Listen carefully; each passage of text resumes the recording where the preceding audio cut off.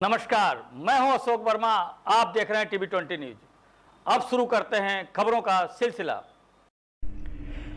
आजमगढ़ जिलाधिकारी ने बताया कि जिले में 8 जून से जनपद को कई रियायतें उपलब्ध होने वाली है, जिसमें पूजा स्थल, मॉल, होटल, रेस्टोरेंट, चाय की दुकान से कई प्रतिष्ठान शामिल है। उन्होंने बताया कि इन सभी के लिए सोशल डिस्टेंस पालन करना जरूरी है, जिसमें मस्जिद और गुरुद्वारे के लिए अलग से नियम बनाए गए हैं, क्योंकि वहाँ लोग बैठकर पूजा करते हैं। तो वही मंदिर के लिए दो लोग बारी बारी से अंदर प्रवेश कर सकते हैं।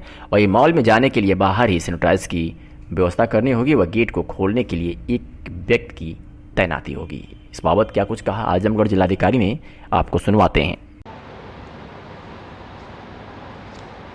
8 जून से कई प्रतिष्ठान और चीज़ें जो हैं उस पे से कुछ प्रतिबंध हट रहे हैं, जिसमें से मुख्य है कि धर्म स्थलों और पूजा स्थलों पे अब पूजा अर्चना करना और जाना अलाउड होगा। साथ ही होटल और गेस्ट हाउस में भी खोला जाएगा, रेस्टोरेंट को भी खोला जाएगा। व्यावसायिक प्रतिष्ठान, दुकान और सुपरमार्केट्स को भी स्टैगरिंग करके, मतलब डिस्टेंसिंग बनाने के लिए बारी बारी से खोला जाएगा।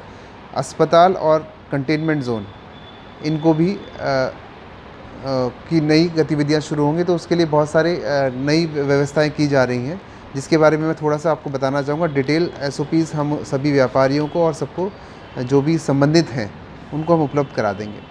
जैसे कि धर्मस्थल और पूजा स्थलों पे यह अनिवार्य होगा कि जो 2 गज की दूरी बनानी है, जो दर्शन करने आना चाह रहे हैं, पूजा अर्चना करने आना चाह रहे हैं, वो 2 गज की दूरी उनको बनानी पड़ेगी।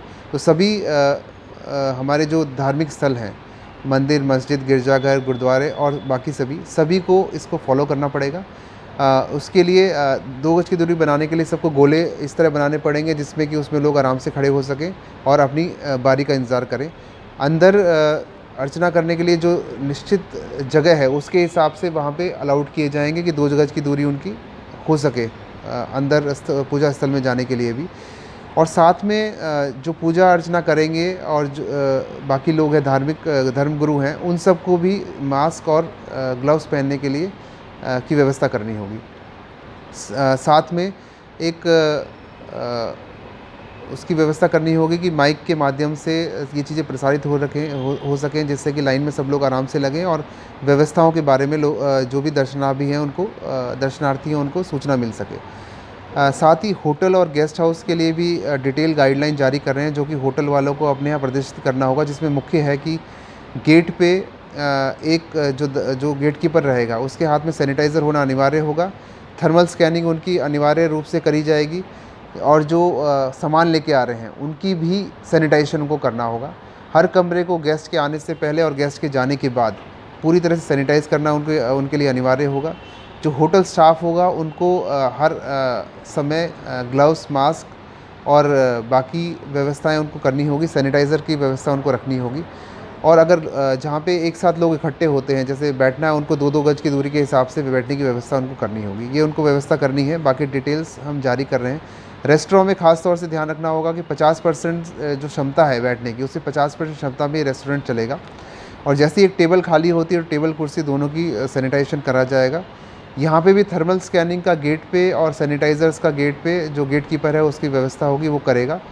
और जो बाकी स्टाफ है उनको भी मास्क और बाकी चीज़ें एहतियातन के तौर पे पहननी पड़ेंगी। यहाँ मैं एक चीज़ और बताना चाहूँ कि कोई भी जो कस्टमर आ रहा है, चाहे वो रेस्टोरेंट में हो, होटल में हो या बाज़ार में किसी शॉप पे ख़रीदने जा रहा है, उसको हर हालत में मास्क पहनना पड़ेगा। अगर मास्क नहीं पहना है तो ये जो होटल रेस्टोरेंट रन कर रहे हैं या दुकान मालिक हैं, जो भी वहाँ पे कर्मचारी हैं, उनको किसी भी तरह का सेवा उसको नहीं देंगे, जैसे सामान नहीं देंगे या रेस्टोरेंट में उनको एंट्री करने अलाउड नहीं होगी।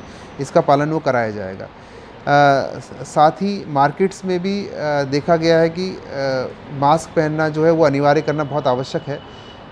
तो हर दुकान पे जो दुकान का कर्मचारी है वो मास्क और ग्लव्स हर हालत में पहनेगा, सैनिटाइज़र की बोतल रखेगा और जो भी कस्टमर आ रहा है उसको सैनिटाइज हाथ कराना उसके लिए अनिवार्यता होगी। अगर वो ऐसा नहीं करता है, दुकान पे उस पर कार्रवाई की जाएगी। और साथ में जो मास्क पहन के नहीं आ रहा है कस्टमर या कुछ ख़रीदारी करने के लिए, उसको भी सामान नहीं दिया जाएगा। ये भी उसको अनिवार्य रूप से करना है।